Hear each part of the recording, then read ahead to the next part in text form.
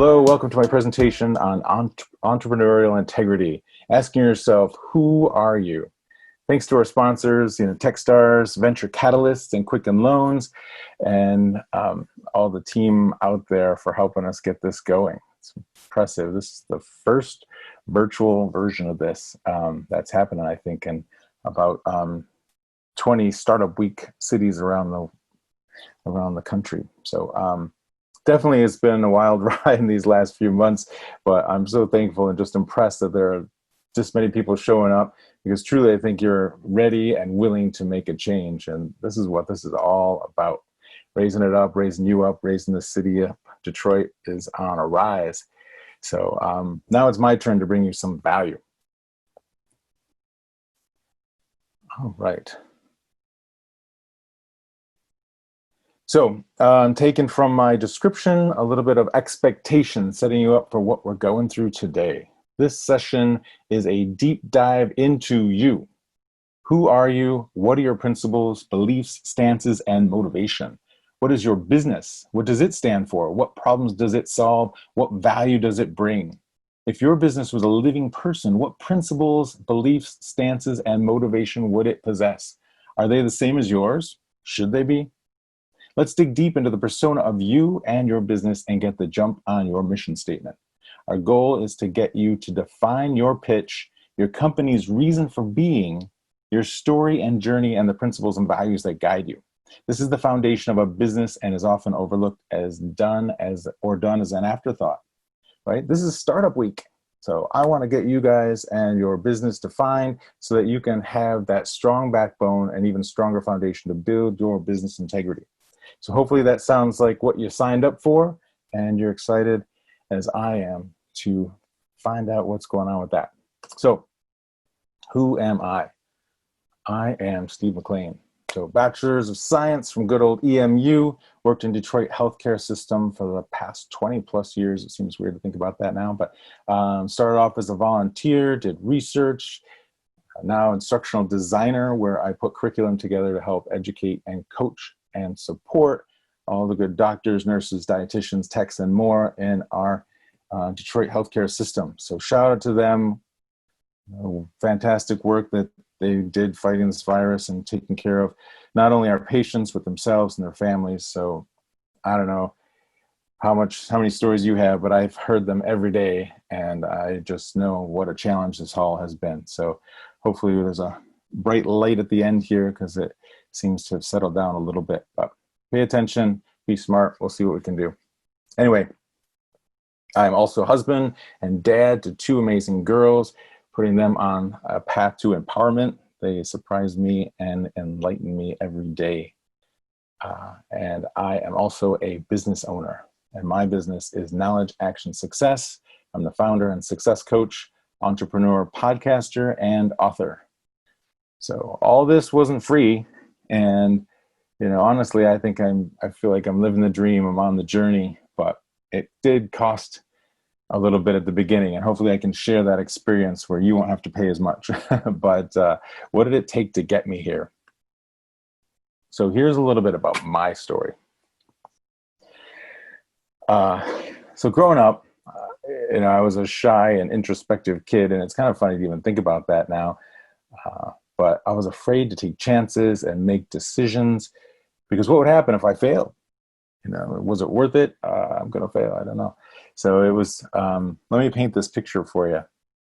It was a beautiful late summer day, the weekend before graduate school started, and I was coming back home from Mackinac Island, and bam!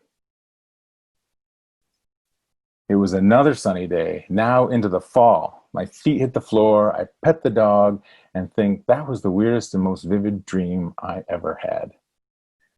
I stretch out and I can feel sharp pain in my arm and soreness in my ribs. Wow, I felt like I was hit by a truck. I went down the stairs, gripping the rail because I couldn't see right. My lower field of vision was gone. Then, into the kitchen, I see my grandmother. Why was she over? Why was I even here at my parents' house? I didn't live here anymore. And she asked me, she said, "Are you ready for therapy?" What happened? I knew it. I was abducted by aliens. That's what I felt like. I had no memories of the accident, but I had all the effects.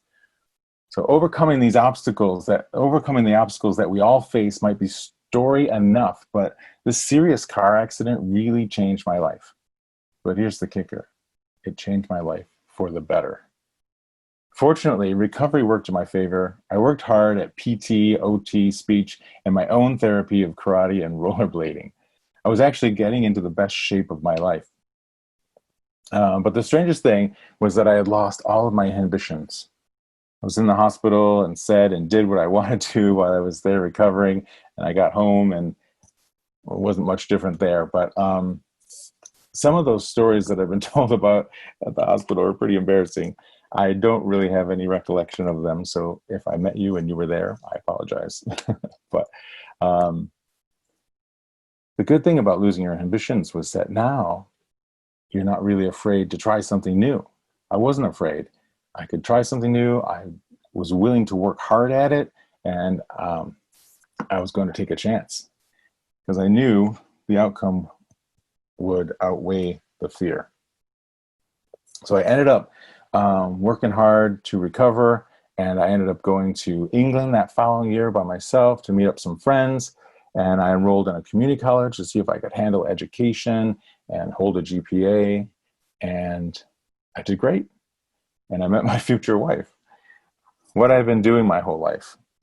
I asked that. What had I been doing my whole life? What had I not been doing? I realized that it was this attitude change, perhaps paradigm shift, that allowed me to discover what it means to be a bystander. And that's a scary thing. What it means to not be a bystander and stop being afraid and go out and live my life.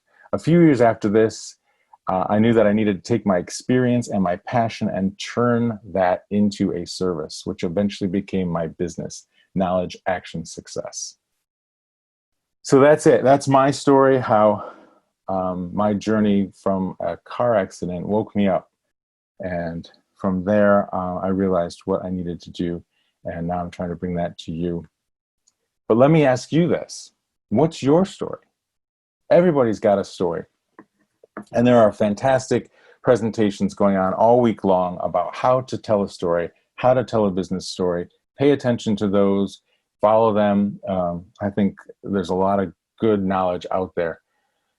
I'm excited to get into a couple more of those as well. But everybody's got a story, and don't be afraid to tell yours, no matter how simple you think it is. Oh, you're too young or too old, or your tragedy wasn't enough. That's not fair. That's not fair to you. It's your story. It's your journey. But think about those milestones in your life. Think about what it took for you to overcome those. How did those challenges define your character? So write that down. Tell it to folks. Relate it to your business. If you're having trouble, there's this really cool formula called the hero's journey. If you don't know what it is, Google it, look it up. But basically, the hero's journey is it's in every movie, every book. If you can think about some of your favorite movies, throw them in the chat. It'd be kind of cool to see it and share with other people. But the hero's journey is just that. You're going along life, and things are pretty cool, but nothing's too exciting, nothing's too positive, nothing's too negative on you. And then all of a sudden, bam, your whole life is turned upside down. Your reality is now been shattered, right? And what does it take for you to climb back up again and get past even what you were before? T'Challa was, he was the prince of Wakanda, and he was at one of the peace organization events, and bam, there's an explosion, terrorist attack, his father was killed, and suddenly he was thrown into being the king. Did he feel worthy? Not quite yet, but it was his journey to climb up and to be the true king that made Black Panther an awesome movie. The Matrix, you've got the red pill or the blue pill. You go through your life thinking everything is great, you're working on track, and all of a sudden you have a choice. You take the red pill and your life has changed forever. What you thought was reality was definitely not. In Star Wars, one of the best examples of all, you've got a farm boy, Luke Skywalker, thinking about what can be done, always looking at the into the future, always looking at the stars and thinking, what can be better? And that's what most of us do. We just sit there and think, what can we do? What can be better? And all of a sudden, his life is shattered, and he follows some old fool to a different planet. Next thing you know, he's blowing up the Death Star. So hopefully that wasn't a spoiler alert for anybody, or a spoiler for anybody. But great movies. I think it's pretty funny too. If you look at some of the shows on now, my wife loves the Hallmark movies, and she makes me watch them with her, and so I get sucked in, and I'm like, oh man, it's always the same formula too. It's always a couple that's thrown together. They don't like each other at first, and then they work together, and they work through the differences, and then the next thing you know, they kind of fall in love a little bit. Then they have a big fight, and then they reconcile, and they fall in love for the rest of their lives. So that formula rings true over and over through the Hallmark movies. And then think about Shark Tank. All those shows where people are trying to sell their product and be entrepreneurs just like we are. And the Shark Tank, you come up there and say, hey, I got a product here. I've got the allergen extractor, right? I created this machine that pulls all the allergens out of any food that you want. So, we don't have to, anybody with allergies can still eat this food. I'm totally making this up, obviously. But, and they're like, hey, Mr. Wonderful comes in and says, hey, I've got 3 other people who are going to do this. Why are we interested in yours? And then you tell the story. Oh, my kid, he had peanuts and buttermilk and red dye, and he was near dying in the hospital, and there was nothing we thought he could do, but he recovered, and we got him out. And then throughout that, I had an engineer friend who said we could put together a device that could put together a device that could extract allergies from any kind of food. So boom, they've got this story. They love it. Everybody's appreciative of it. Throw me in the chat. I see that someone says that my volume isn't so good. So I don't know if that's true or not, but if you can respond in kind to the chat, I will try to speak a little louder. I think my volume is up. But thinking about all those formulas for those movies, for the Hallmark movies, for Shark Tank, that's the hero's journey, folks. And you have to think about what your hero's journey is. And that'll help you write your story. Good, thank you for that. Volume sounds good. All right, so why tell a story? Telling a story, honestly, shout out again to everybody who's out there doing presentations on telling stories. And everybody's got their own take on it, but what do? They help you make a connection, right? My wife gave me that one, so thank you to that one. Stories help make a connection. They get people to feel something, whether they feel good, whether they feel bad, whether they're happy, they're sad. And those feelings you can act on. I'm making a product for taking allergens out of food. I want to paint this picture where you're shocked and you're scared because your family might have allergies and they could die, but you're interested in this product now because it could save their lives, right? So you feel bad about that. Or I'm a coach. I'm selling you these services that I'm going to make your life the best life possible, or make you realize that you can make your life the best possible. I got to make sure I say that right. And so those feelings are important, and people respond to those feelings. People remember those stories, and then people share those stories. And once they share those stories, then that comes back to you. And the point is, you got to get people to relate to you, relate to your business.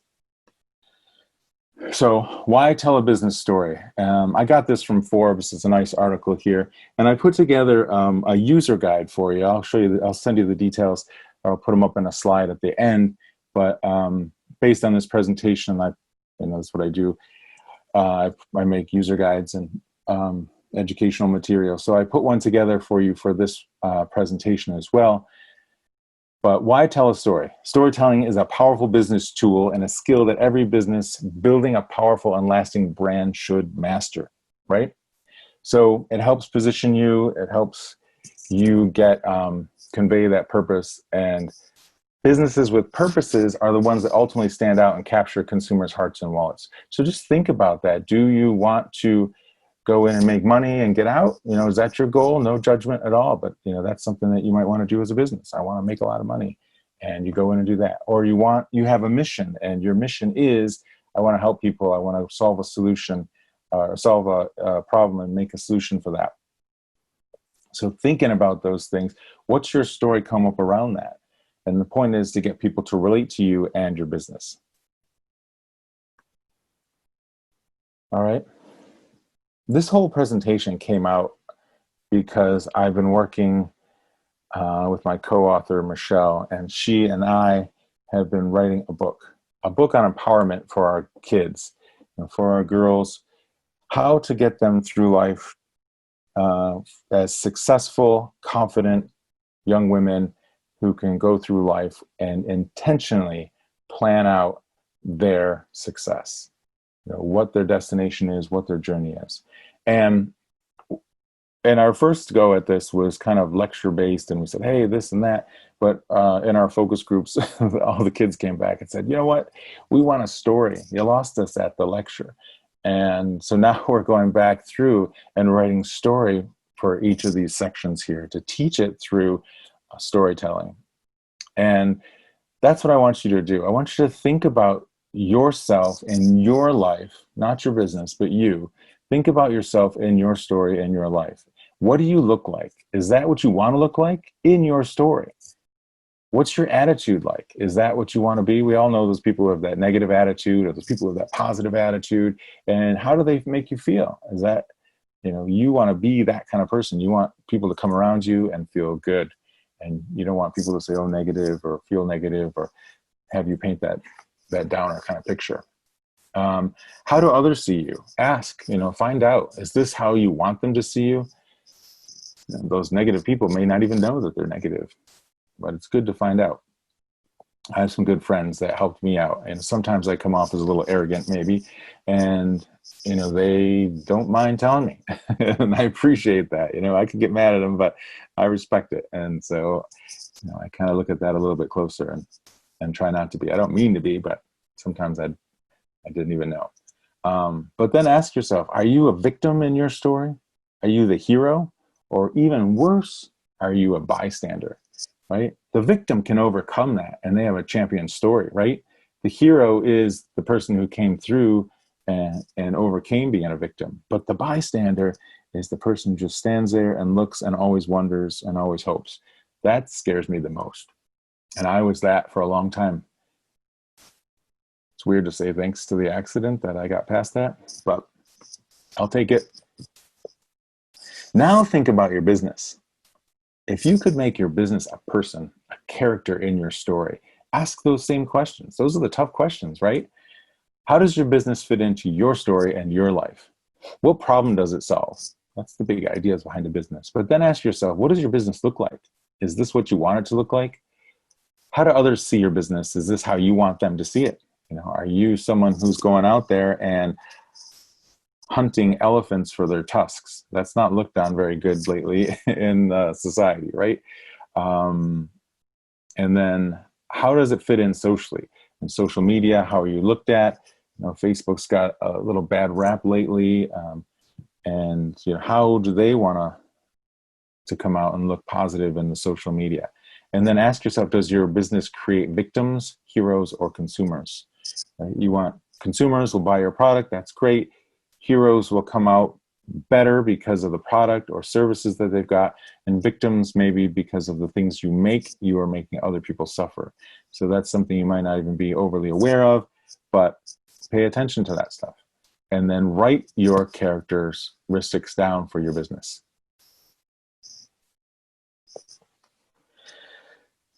Now, taking those ideas, you've got your story, your life story, your business story, you've got your characters, and now you want to live your life. Live your life, grow your business with intention. What is intention?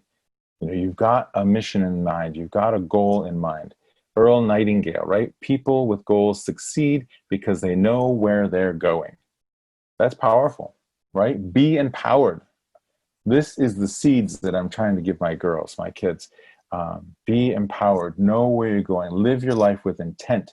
Plan your adventure. They love adventure. They love the journey. So I use those terms, right? Having a business is an adventure. Going down a successful road is your journey. So make that happen. Know where you want to go. Figure out how to get there and visualize your goals and objectives and write that down. When you write it down, sometimes you come up with your formula. And this is me. This is my business, right? You go out and gather knowledge. Whether your knowledge becomes a passion, whether it becomes an interest, whether it becomes an obsession, what do you need to move that knowledge forward? And that's when you take action. And then taking that action based on that knowledge gives you success. And I know I'm stretching it here, but success can either be positive or negative. And that positive success, you want to continue on, persevere, and hang in there. If it's negative, then look at that. Take an evaluation of yourself, look at the statistics and say, why didn't that work? And then go back and try to gain new knowledge and then take different action and see how it works from there. So your success is either a positive success with the expectations of that what you planned are happening, or the negative success where, hey, this did not work the way I want, and there's not much I can do with that. So I need to reevaluate. Don't give up. Go back, get new knowledge, take different action. That's very important. And try to evaluate your new success after that. So that's where my company name came from. Knowledge, action, success. Knowledge plus action equals success. And it's funny, Asha she's one of my clients, and I know she's on. And I love it because she likes to chat it to me as a mantra. But you have to figure out what your success is. And I like to ask everyone, what's your formula? And that can be something discovered through your journey and your story. So knowledge plus action equals success is the most bare bones part of the formula. You can throw so much more in there, but you got to figure that out. So those movies did it. Hallmark did it. Disney did it. Star Wars did it. All those created a formula. And you need to know what your formula is too. So now what? You got a personal story. You've got characters. And those are you and any family or friends that are surrounding you. And you are the hero. And you have a journey, right? And you have a business with a story. So your business now has characters and items to sell or skills to deliver. It has a hero, and that's you. You're the entrepreneur, you're the CEO, you're the boss. So start to think like that. Start to write this story. You are the author moving forward on this. And so your business has a journey to make, a solution to a problem, a value to offer. It has a map and a plan, and you have intention. So move it forward in that direction. And hopefully you've got a formula to work with, or you can still be discovering that. But it's a continual journey. It's never like, hey, this is what I got. So what's next after that? And that leads us to your pitch. Excuse me a second, I need to have a drink. This part is exciting. So, and a lot of people skip right to this part and say, hey, I've got a product, I've got something to sell. But if you pay any attention to Shark Tank at all, then you know that having a product and having something to sell is only the beginning. So you have your business story is your pitch. What do you got to sell? How is it going to fit in to solve a solution or solve a problem? I keep saying solve a solution. Solve a problem. How is it a solution to solve a problem? And then your personal story is your backup. So think about that in these elevator type pitches, right? You never know when you're going to need it. So I put that, memorize it at the bottom. But create several versions. As you're going through and writing your story, write the full story. Write the whole thing out. Spend some time doing this. And this is almost one of the first things I do with my coaching clients. Write the full story. That can be used for an About Us page on your website or for any interviews or articles that you need. What's your full story? I gave you a pretty good story of me, but that wasn't the full story. And then minimize that full story down. At its shortest, you've got an elevator pitch, right? So I've got some great folks that I interviewed and see at the farmer's market all the time. And Melissa at Grandma Lucky's, and she makes a salad dressing, right? And her mom was telling me about how she has these opportunities to go into Bush's or Whole Foods or somewhere, and she'll meet with the buyers and make their pitch. So she's got about 30 seconds to say, hey, here's what we've got, and this is how good it is. And it's really good. So I'm promoting it for her. But and their whole story was, hey, we created a business based on a salad dressings that the mom would make, and they built that off the concept of their grandma, who was out in the garden all the time, and she would pull in fresh fruits and vegetables, and then the mom would take all those fresh fruits and vegetables and create them into a salad dressing. It was just outstanding, and it really, really is good. So I see them at the farmers market. They're working hard, and they work together as a mother-daughter team. The grandmother is passed on, but she lives still on their label, which is great. You know, you can see her out there gardening. It's right on their label, and it's just a beautiful story. So she can throw this out there in a 30-second pitch, and then somebody's excited about it and says, okay, follow me to my car. And now she's got 1 to 5 minutes as a follow-up, right?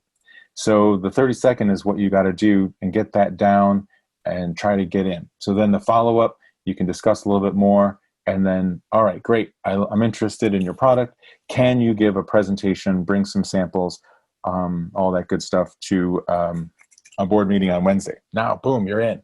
You got Wednesday, and then you can work on your full story as a presentation, or even create that full story and give it to them. So that's what's going to sell it, right? Everybody's got a salad dressing. There's a million of those out there, but theirs has a great story, and theirs has really good taste too. So I love that story.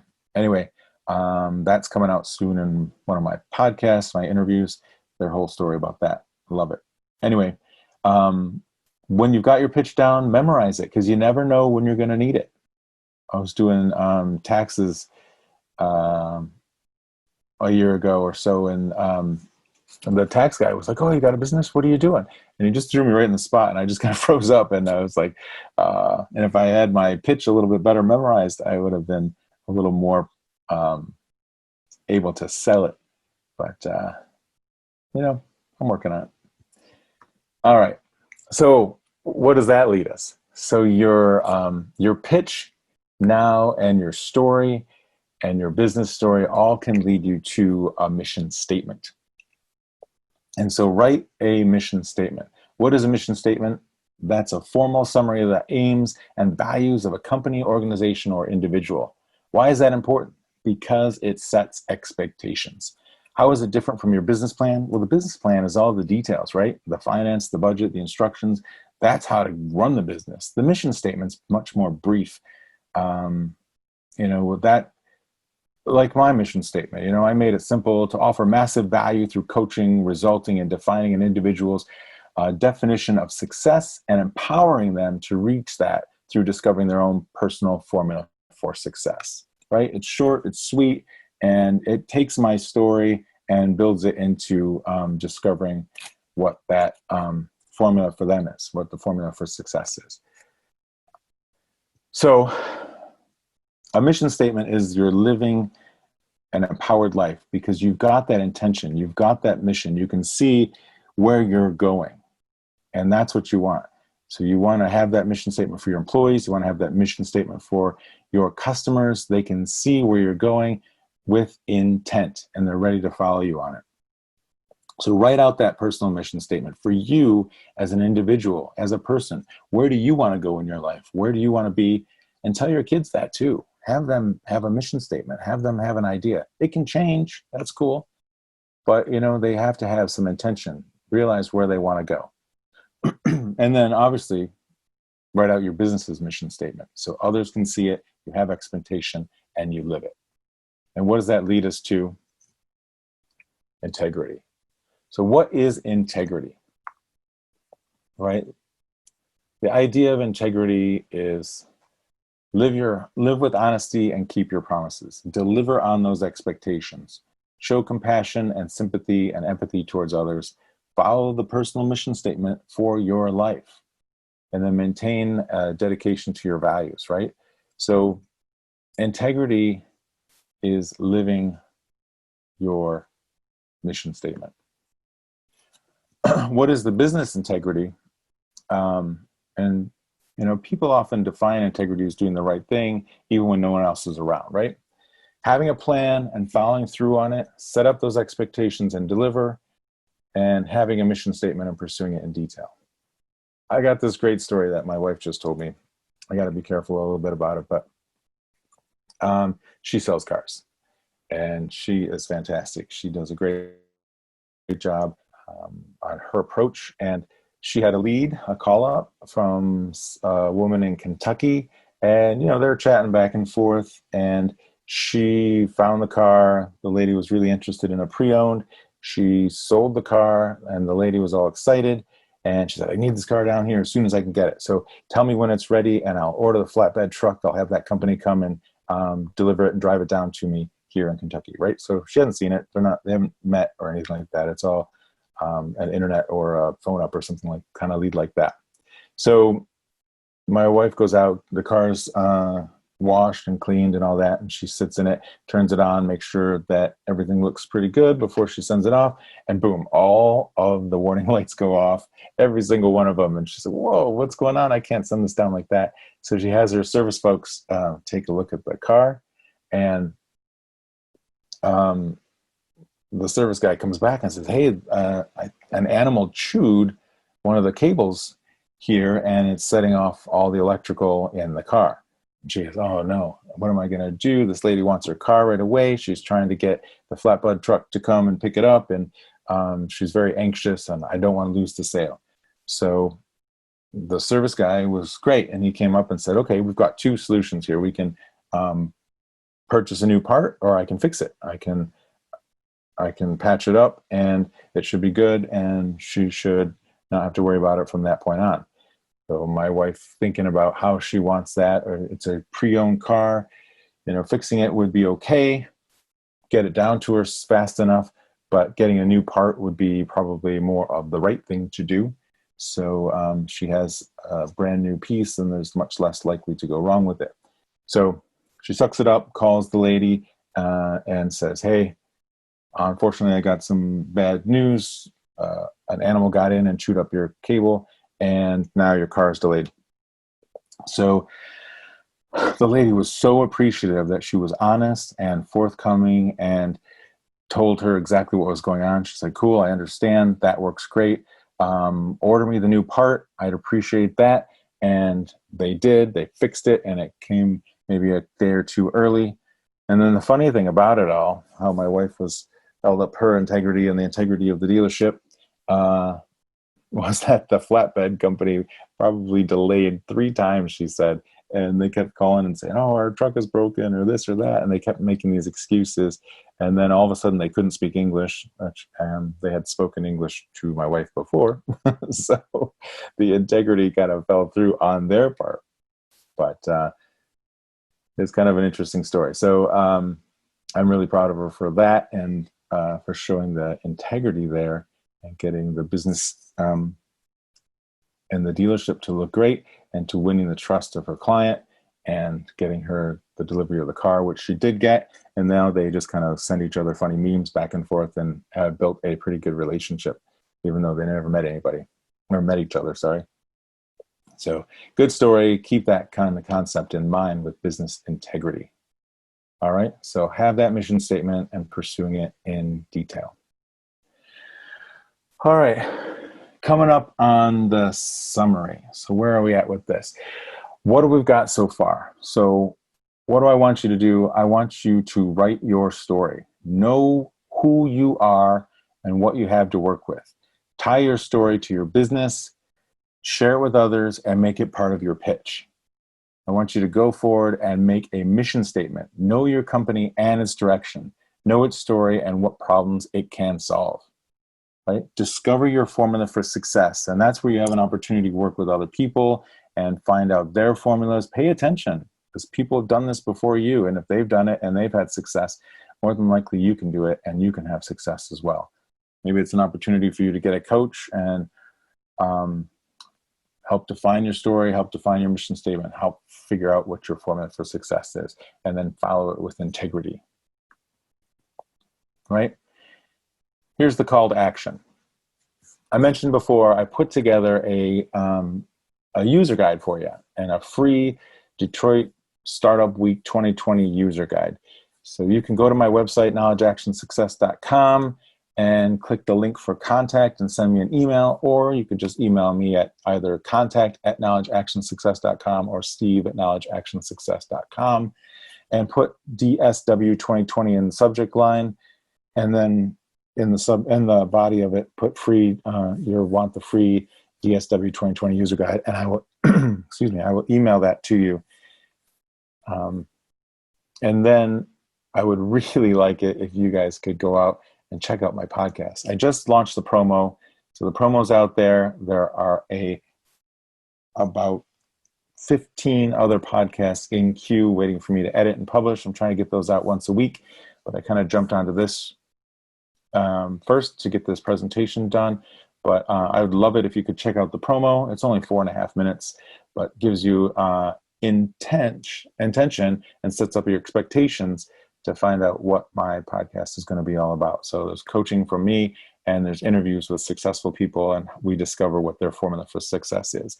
So enlightening. I can't believe I have not been doing this my whole life. It's the coolest thing. So please check it out. Subscribe for all the latest interviews and coaching tips as well. And please give me some feedback on it. I'd love to hear what you guys have to say, especially for you, all the entrepreneurs out there.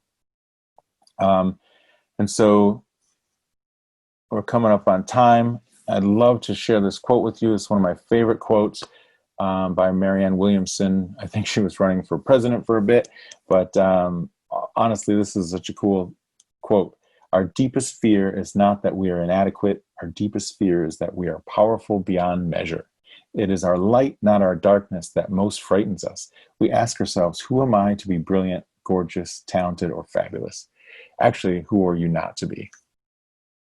What happens if to the kid who gets everything he ever wished for? That's kind of paraphrased from Charlie and the Chocolate Factory, but don't be afraid of success. I've been afraid of success for the vast majority of my life until that car accident. And now it's time to go out there and live my story and to follow that mission statement.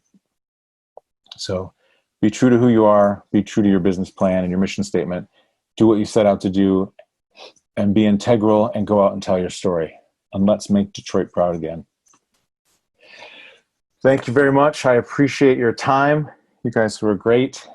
I hope I delivered some value to you. And now it's your turn to stand up and tell us who you are. I've got some time for some Q&A. So we'll turn it back over to Precious and see if she's got any questions out there. I would love to hear what you guys have to say, have a discussion, talk to you further, whether through email or correspondence later. Real quick, I want to give a shout out to Asha Jones. She's a good friend of mine and one of my clients. She's given an awesome presentation later on networking. I think it's tomorrow. And she is the queen of networking. You guys are going to be impressed with what she has to say. I've heard it already. And wow, she has turned networking into a value source. So pay attention to that, sign up, and it's great. Thank you so much, Steve. Oh my gosh, I am almost at a loss for words because of how much I can relate to your personal story. I was over here blown away because I too 10 years ago experienced the car accidents myself that kind of allowed me to develop into an entrepreneurial mindset myself. So it's kind of odd, it's weird, but I do appreciate you telling that story from a personal level. So thank you for that. But I do have a question for you. Yeah. When it comes to knowledge, action, success, just kind of the overall brand. I know how you built it as far as the personal experience, but on the business end, how did you come up with the name? How do you name your company? that was something that was kind of a challenge. It all came along, it's something like you always want to have something good. Knowledge, action, success is kind of a mouthful, right? And it's a lot to type out. I hate typing Steve at knowledgeactionsuccess.com. And so that part's kind of a challenge. But it just kind of developed on its own. It kind of came to me. And, it was, as I kind of went through it, I started thinking, well, how can I improve myself? How can I go on this journey of self-discovery and improvement? And I got coaches myself, and there were people I followed, and curriculum that I bought into and invested into myself and to other coaches' curriculums. And the more I studied and the more I looked into it, it all came down to the very basic levels of, you've got a passion or some interest, and you need to go out and get knowledge, and then you need to take action on that knowledge. And then nothing happens with just knowledge, and most times you're lost when you just take action. So the combination of those two, knowledge plus action, will lead you to where you need to go next. It'll give you some sort of success, right? Whether you did it right the first time or you didn't do it quite right and you didn't quite get the results you want, then you go back and have to reevaluate and gain new knowledge and take that different action. So honestly, it came out on its own. And through all those interviews that I've listened to and the interviews I've done, I really, really, really get that mantra going of knowledge, action, success. I'm lost. I don't know where to go. I don't know what next step to take. Okay, I need to go and get some knowledge. I take some knowledge. Now what? I need to test this out and see if it's going to work. I'm going to take action on it. All right, cool. Now I can evaluate what the result of that was. And that's your success. So that's how the name came about.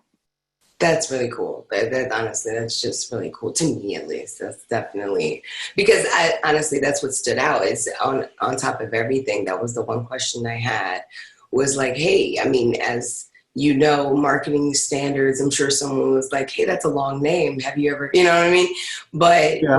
with that explanation, I totally get it. And I get it, with that explanation, I think that it kind of is the name of your company is the name of like your process. And that's cool.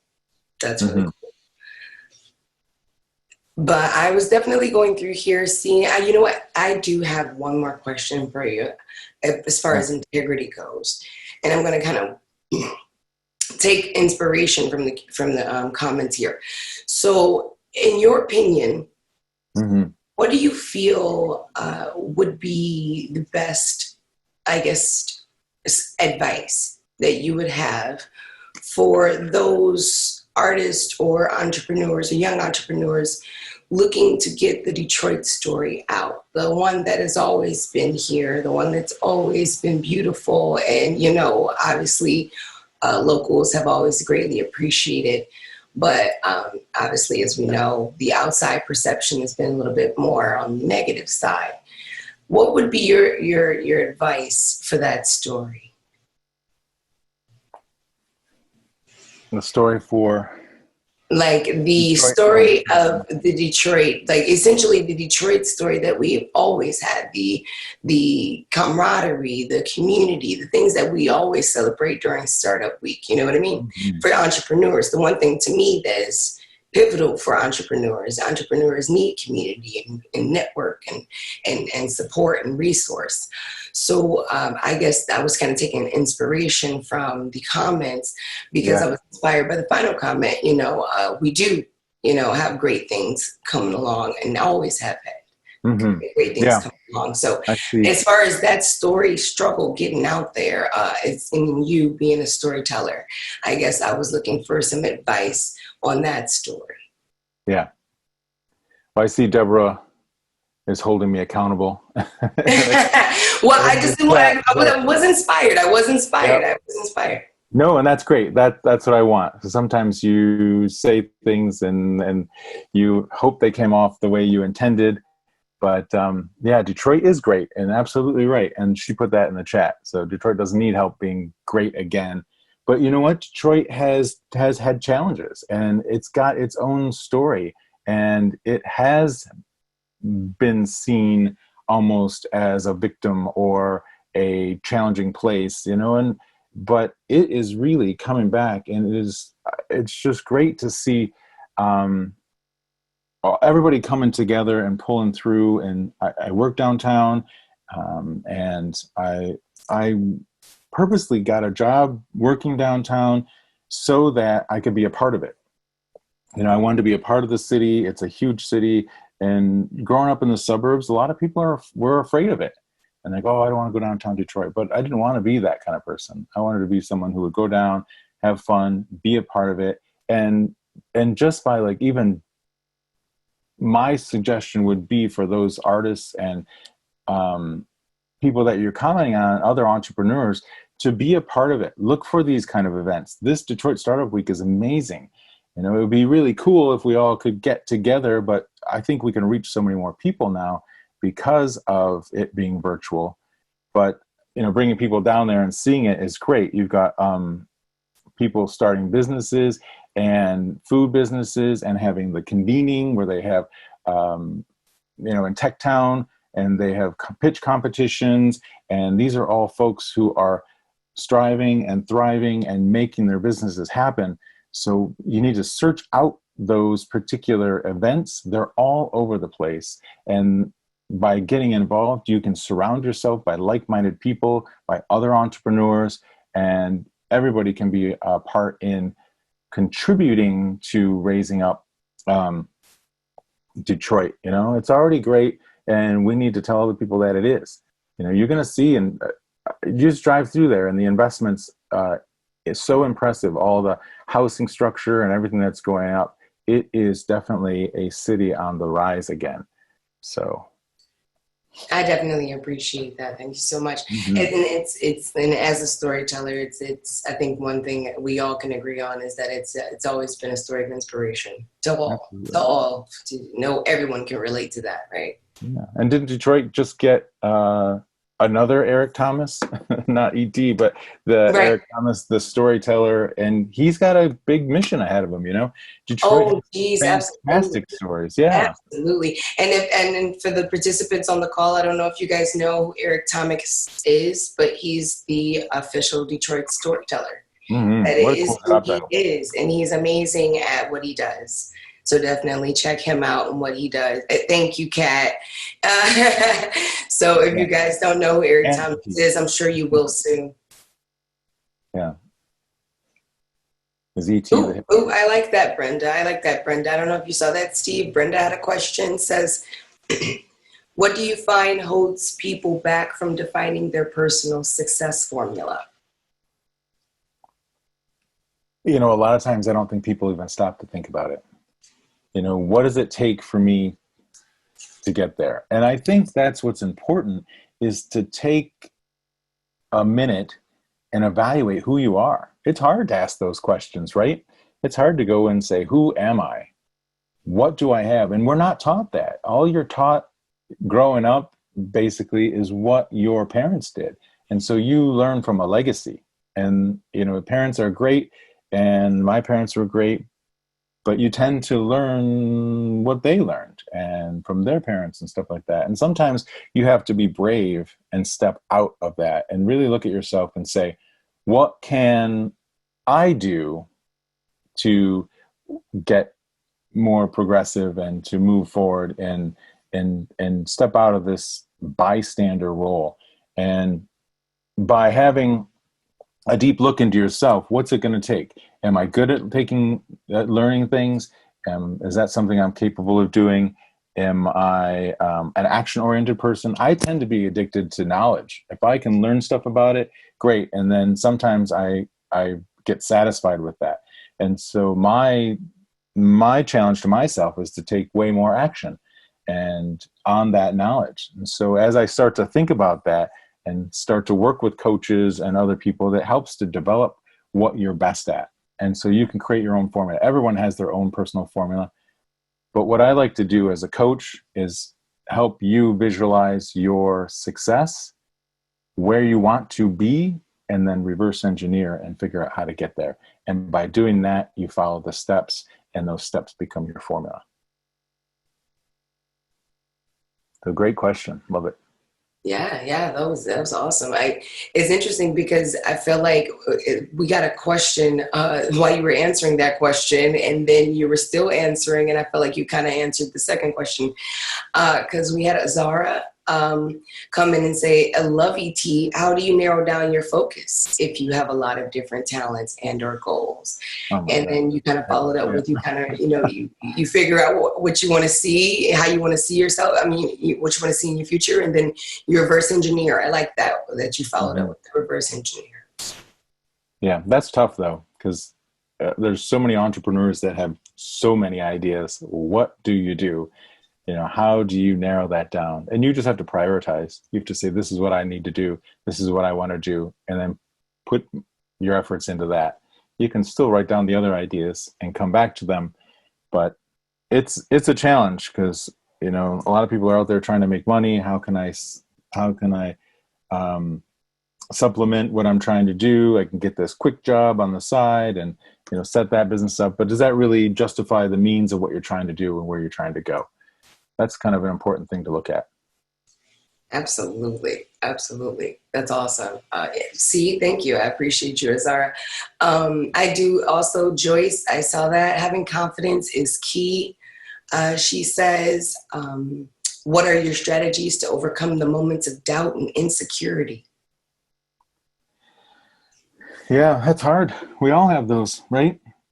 Um, and how do you can start to, make sure you go back and get your knowledge. You can practice, you can bounce your ideas off people, and you can ask for help, just to get that voice out there and get some feedback from people. That's key. If you have a support group or you have a coach or you have friends, or just seek out other events like this and start to share your ideas. That's important. Because doubt creeps in. It's dumb, isn't it? It's just, and fear. It's all about fear. How can you narrow it down to fear and destroy that, or figure out a way to get past that? Be brave, jump out there, and just see what happens. Because that's your success. Is it good or is it bad? We got to evaluate that and get back in. And confidence is key, but confidence is something that can be built. As you do it more, as you coach more, as you sell your product more, as you get your pitch more, all that confidence comes back in. So great questions. Those are really powerful things and big challenges all through the way. So yeah, maybe prayer Yeah, helps no, some that's folks. awesome. I mean, seriously, because I mean, like I said in the beginning when I first kind of came on to start this Q&A, I was blown away just by the relation of the beginning of your story as well as how I relate to it. So yeah, it's interesting how when you kind of take the time to self-reflect, you kind of have those full circle moments in life, and they can kind of help with the confirmations. Yeah. Deborah, I love That's your cool. We question. do have we did allow just a couple more minutes because we got off to a little bit of a late start. So we got just time for one more question. If you guys have any more questions for Steve McLean here, now is the time. If not, any final thoughts, any words? All right. Looks like, thank you. Thank you, Corey. And thank you, attendees. Thank you for all your wonderful questions. And thank you, Steve. You've been amazing. I greatly appreciated and enjoyed your session here today. Great. Thank And you. it was a pleasure. It was a great pleasure, honestly. I appreciate it. Thanks, Deborah. Those are tough questions. Throw me out there, make me accountable. I love that. And that's good stuff. You had a couple other questions, but I think we'll have to address those later. Feel free to reach out to me. That'd be great. We can have different conversations through email and all that good stuff. So, For all right. sure. Thanks, everybody. I'm excited.